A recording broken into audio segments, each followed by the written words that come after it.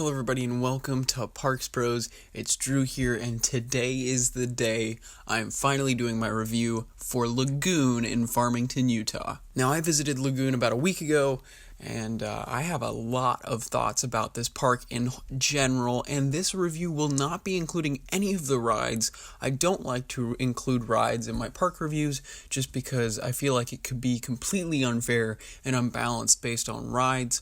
So I really just want to look at the park itself and like food operations and operations of the park itself and management of the park, rather than just standout rides and not great rides as well, because I think every park has those, and I just find it kind of unfair that a lot of people would say this park is better just because it has one ride, even if the rest of the park is not very stellar. That being said, though, I really visited this park just to ride Cannibal. I'm guilty of that. Ever since Cannibal popped up on my radar, I've always wanted to go to Lagoon, and I finally had that dream fulfilled this past week, and I'm very excited to say that that actually happened. So I got 4 rides on Cannibal, but I think that's a video for another day. Cough, cough, Cannibal review coming soon.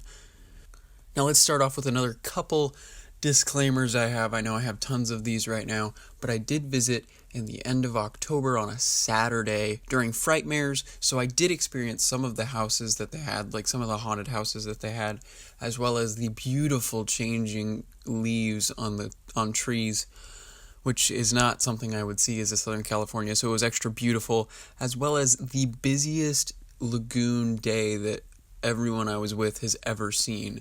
So it was definitely the busiest it could have gotten for that late Saturday in October. So I think that possibly could have affected my review because it just showed all the problems that the park really has.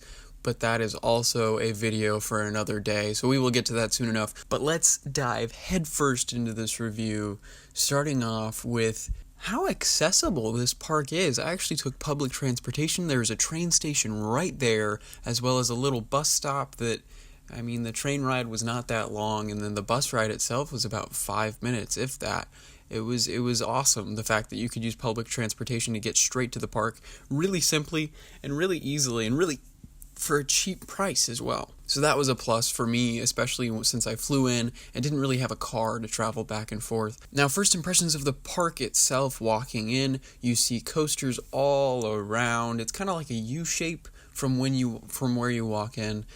So you'll have Roller Coaster and Spider and Wicked on your right, and as well as Colossus, and then you'll have like Cannibal on your left, which is the standout attraction in the skyline, I would say, besides the Ferris wheel and the S&S drop tower, of course. But as soon as you get up to the gate, you notice one thing: there's no security whatsoever at this park. None. And I kind of hope they get some eventually, at least some light security, because I could see that being a problem in the future, but there is absolutely none. I bought my ticket and then walked through the turnstile with the ticket, and that was it. I was completely taken aback by that, because in Southern California, we need security at every park, doesn't matter what park, and we need tight security as well, where I think Utah is just not that big of a problem, really, and this is not much of a destination park unless you're a coaster enthusiast or you have family in Utah. So it makes sense that they don't really have any security measures, but I think they should at least have a couple in the near future, just in case anything can happen, because you never know what could happen these days, at least in the US. So I definitely think that would be a nice needed change, but I'm not too worried about it because it seemed like everyone was completely fine with there being no security, especially with how a lot of people were bringing in lunches and full-sized coolers into the park, which I thought was kind of cool, the fact that you could have a picnic inside the park. But we'll get back to that section of the park later on in this review. So walking in, you hit this kind of like T-junction midway, and it's actually pretty well thought out, I would say. It's definitely a little cramped in some places, but that was okay for the most part, at least with the front entrance. It does kind of choke the crowds off to the sides a little bit too much, I would say, but I think it was just because of how busy it was on the certain day that I went. Otherwise, it could have been not a problem at all on an emptier day. But this leads us to a couple of nice looking fountains, like a spinning ring on a fountain. Kind of a weird sculpture, but kind of nice. And then you come across the main midway that stretches from left to right or right to left, whatever way you want to look at it, from the entrance. And this is your main walkway, your main midway to get from one half of the park to the other, really. Cannibal will be on your left, and then everything else, pretty much, roller coaster-wise, will be on your right, which I find really funny that Cannibal's kind of by itself. But hopefully in the near future that will not be the case, roller coaster-wise at least, but we'll just have to wait and see for that. Now, it definitely feels like an old carnival. And me being from Southern California, I don't really get that experience a lot because we have highly themed parks like Knott's and Disneyland, and then you have Magic Mountain, which is just a giant amusement park. Now, this definitely felt more like a carnival or a fair almost, especially with some of the food selection that they had and a lot of how this park is set up. It definitely feels like you're stepping back in time when you first walk into this park, just because of how everything is set up. And like Terror Ride on your right hand side as you walk in is like the classic dark ride, and it's made to be quiet, I think, which was kind of a thing that took us back a little bit, especially when first walking in and it being as busy as it was. But this park is definitely giving off a classic vibe, and a really, really well done classic vibe at that, I would say.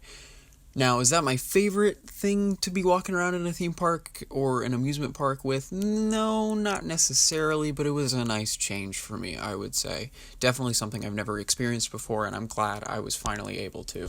Now, just talking about the ride selection a little bit, there are tons of rides. If you've never been outside of California, there are tons and tons of rides that you should definitely check out at Lagoon. It's the closest place you'll find like a Huss Enterprise and some other rides, which I'm going to take those out of the review, but I think it's really cool the fact that you can actually go to these rides and experience them. Some of these are dying breeds as well, so it was really nice to see that change, especially from California.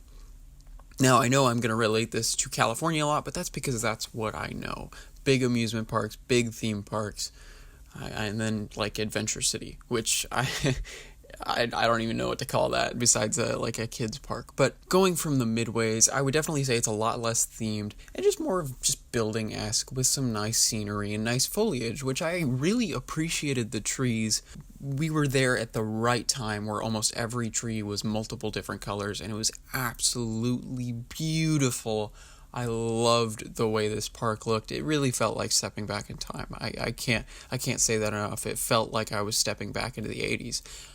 Now, that's not always a good thing, because I do have some complaints about that. A lot of the things needed updating, and I think that's just a general thing for parks, but Lagoon had a lot of things that they needed to update, I would say. Personally, just because there was a lot of deterioration that I could have seen, and just kind of not the best kept park. Lots of gum everywhere, just not super tidy, and also definitely not as well taken care of for the older rides, which kind of bugged me a little bit, I'm not gonna lie. Especially with like Jetstar 2, it just definitely feels like they haven't touched that ride in 25 years. So, not to say that California is more clean or anything. I mean, Magic Mountain is one of those parks that I would complain about cleanliness, but Lagoon definitely, I think, needs to work on cleanliness in the future. I did not see one person sweeping up any trash while I was there. Granted, there was not that much trash on the ground, but just like general things like vandalization of posters on a wall, as well as like some fence posts and things like that. Just little tiny details that you notice when you spend a whole day at a park. Just kind of made me a little sad that people vandalize, first of all, in these nice parks, but second of all, that they don't really get attention and don't really get touched up at all. Now, another thing I really kind of was not the biggest fan of was the layout of the park. Now, I get that this park is probably going to expand in the near future, especially off to the left side by Cannibal. It looks like they have tons of space to work with, but everything is like on the right side of the park. No matter where you go, you have about, I would say, 8 out of the 10 coasters on the right half of the park, which is crazy. Just the fact that it's such an uneven split of rides. Now I get that they've had that right side of the park pretty much planned out for a long, long time now, especially with roller coaster opening in 1921. It's really bizarre to see one half of the park so uneven compared to the other half. Now, I'm hoping this changes very soon hereafter, but you really never know. But I do feel like it made Cannibal a little less appetizing, I suppose, to try and go to, because it was just so far away from everything. It's kind of like X2 at Magic Mountain. Just because it's so far away from everything, and then you have Viper right there, and then Tatsu's still a ways away, so it's just not as big a want when it's so far away from other rides that are really, arguably, really good, Spider and Roller Coaster and things like that. So, but let's move on to some things that I really enjoyed about the park, because I could go on about things that I disliked. I will actually have a separate video about that coming soon, just to let you know, and boy, it was a doozy to try and record. But some things that I liked about this park included Pioneer Village. This is my favorite section of the park. It's near the back of the park, and it really doesn't get visited all that much.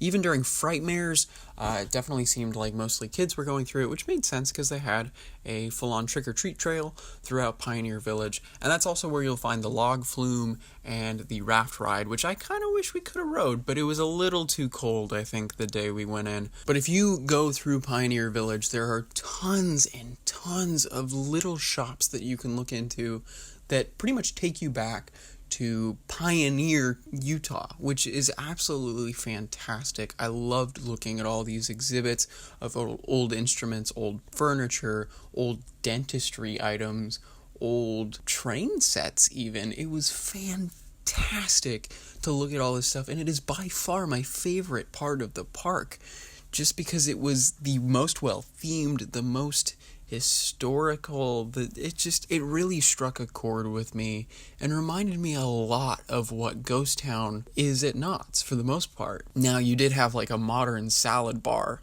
in one of the buildings, which really kind of threw me off, especially with its brand new neon signage out front, which was really bizarre.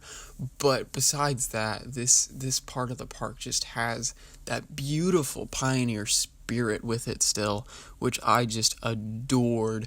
I mean, you could ask Taylor about it. I wanted to spend half my day in that part of the park, even though there's no rides right there besides the log flume and raft ride. But there's models and just these beautiful things that I feel like a lot of people overlook nowadays. And I know I'm kind of romantic with these items of historical significance, even though they're not really that historically significant. They are just very interesting antiques that I adore.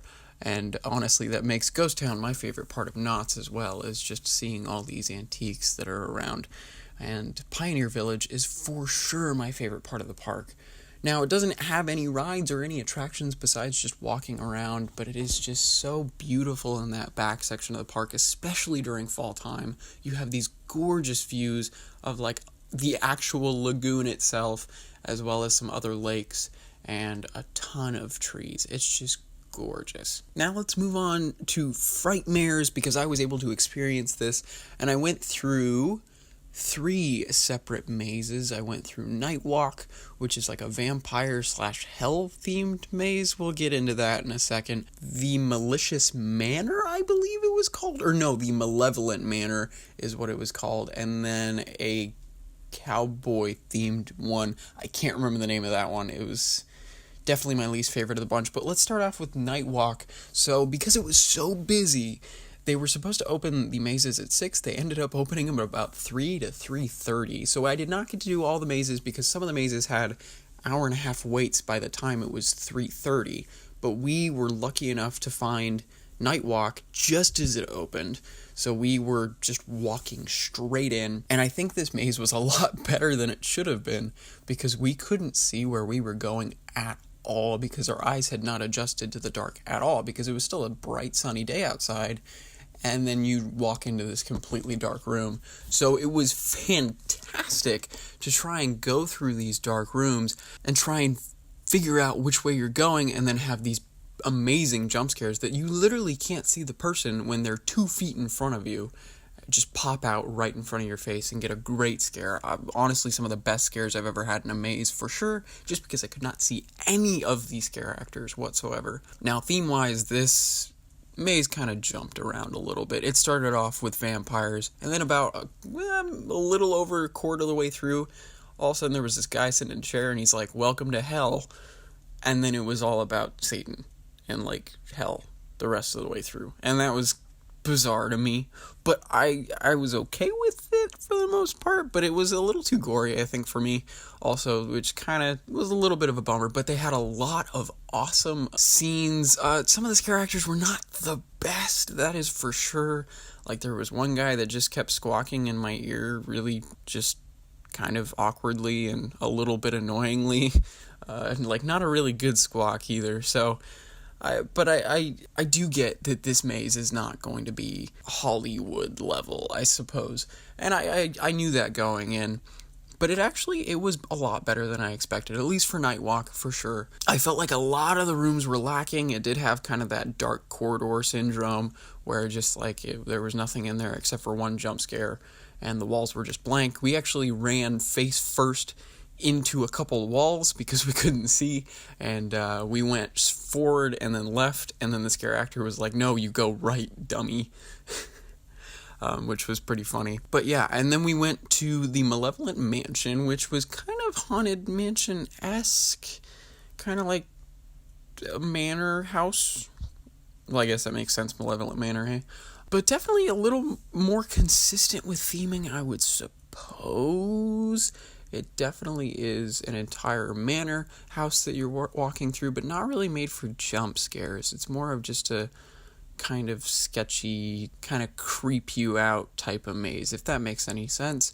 Just where they're kind of just getting an awkward, squeamish reaction out of you instead of a jump scare, which was okay. I didn't mind that at all, but it's not personally my favorite way to do a maze, because when you're like me, jump scares are the only thing that get me. So I was just walking through like awkwardly, like, "Hey, what's up? How you doing? Cool. How's your day been?" As, you know, they're supposedly chopping up someone's arm. So it wasn't my thing, I would say. But it was interesting. We saw another depths room where the lasers make it look like you're wading through water. Probably my least favorite out of the three I've been through. It was very quick, but there was actually this one room where you get selected to go into an elevator, and the elevator room is literally like a 3x4 room where you just stand there and it kind of bounces up and down.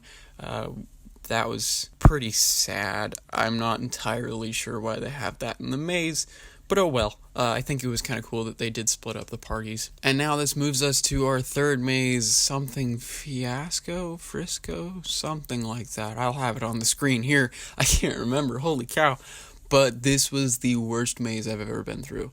It was sad. It was very, very sad. It was trying to be Old West, and the first thing we see is someone sitting on a fence with a very, very tiny sawed-off shotgun with an orange tip, and them just sitting there. That was it. And that's like a whole 20 by 15 foot room. That's it. It was very bizarre to me. And then you walk through some interesting sets, like where you go through a saloon and things like that, but those weren't very great.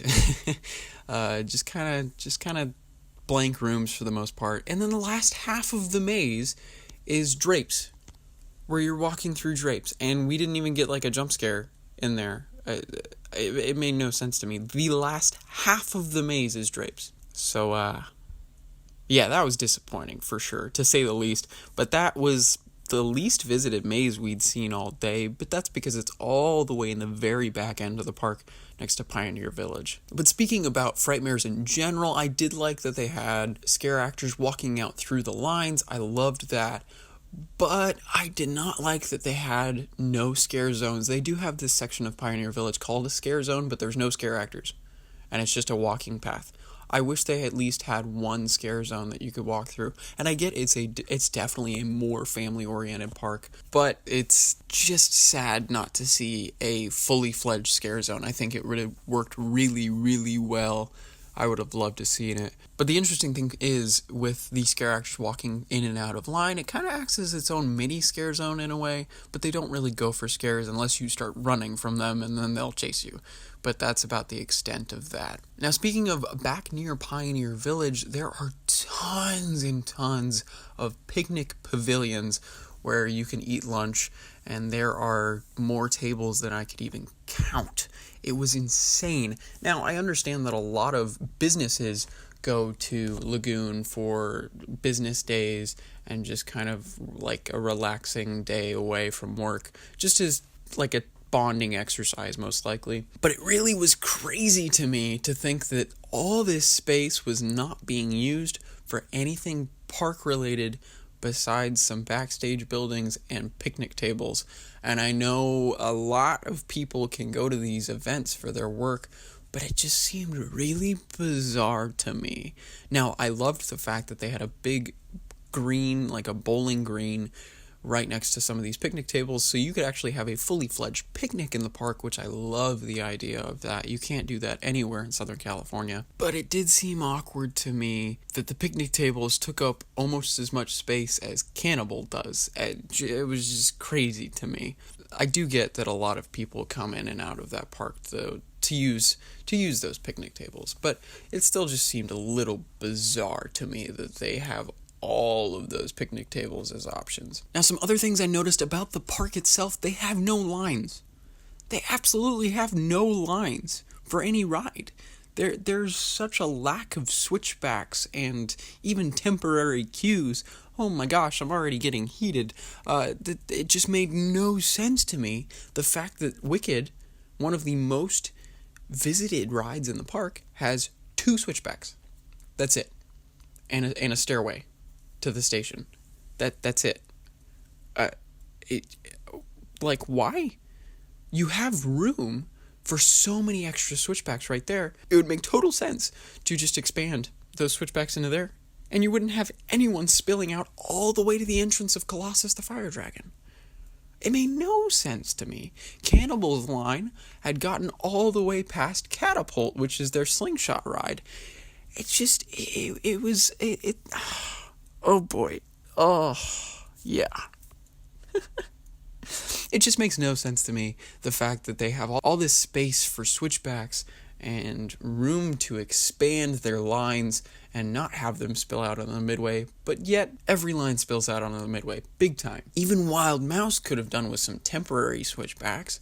It was absolutely insane to me, the fact that these lines were everywhere and anywhere possible, and it made getting around the park very, very difficult, especially with the main midway, half of it being taken up by actual foliage and kind of another Bowling Green type of field with some Halloween props, at least at the time I went. Especially with Terror Ride. Terror Ride had one of those problems as well, and that is literally on the midway. It made it impossible to try and move through that area of the park for sure. And I would have to say this is probably my biggest gripe with Lagoon, besides a couple other things which I will most likely not get to in this video, noticing how long this recording is already. But overall, I really loved Lagoon a heck of a lot. I think it has a lot of charm, a lot of old school charm, but I also think it has a lot of potential that it hasn't fully lived up to yet.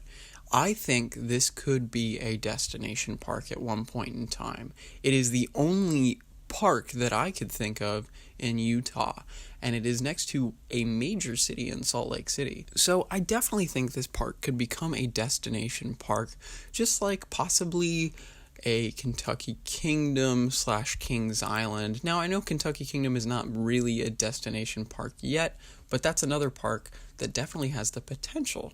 Now, park-wise, I would say this definitely mostly relates to Silver Dollar City, I think would be the best comparison of what potential this park could get to. I think Lagoon could be the Silver Dollar City of Utah. And I know that sounds weird because Silver Dollar City has more theming and things like that, but I definitely feel like if they expanded on the Pioneer Village idea, it could definitely work. And I mean, they already have the thrill rides to kind of take on Silver Dollar City because Cannibal is their outlaw run, realistically. And Wicked, don't get me started on Wicked. But I just feel like there is so much potential for this park to grow in the next 10 years alone, that it could become a smaller destination park, especially for more than just enthusiasts, because I know non-enthusiast friends that have gone to Silver Dollar City and Dollywood just because they are at least a smaller, family-friendly draw. And now I know Lagoon is a family-friendly draw for that, but I don't think many people from California would be visiting Lagoon anytime soon, just because it doesn't seem to be on our radar, because we have things like Disneyland. Now, one thing I did notice when I was at Lagoon, I saw more shirts for Disneyland than I see at Disneyland itself. So that was an interesting thing. Now, Lagoon, I wouldn't say is the Disneyland of Utah. I don't think there is any Disneyland of Utah, but I think Lagoon definitely has the potential to be the main destination in Utah for people looking for entertainment and family entertainment at that. Now, this rating is going to be pretty low compared to what you guys are probably thinking, but that's because I have tons of problems, little teeny tiny problems that make the biggest difference as a park goer, and I will have those in a different video on how to fix Lagoon. I'll put the link there, and oh boy, that's a tough video to try and talk about. Now, I'm actually going to rate Lagoon, as of right now, after one visit, a 6.5.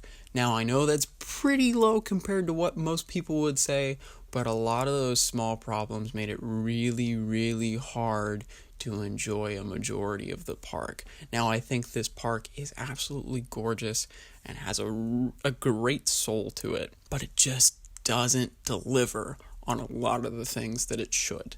And I'll get into that later. It looks like this video is going to be almost a half hour, which is way longer than I was expecting. I was going for 12 minutes, but I guess I just had a lot to talk about.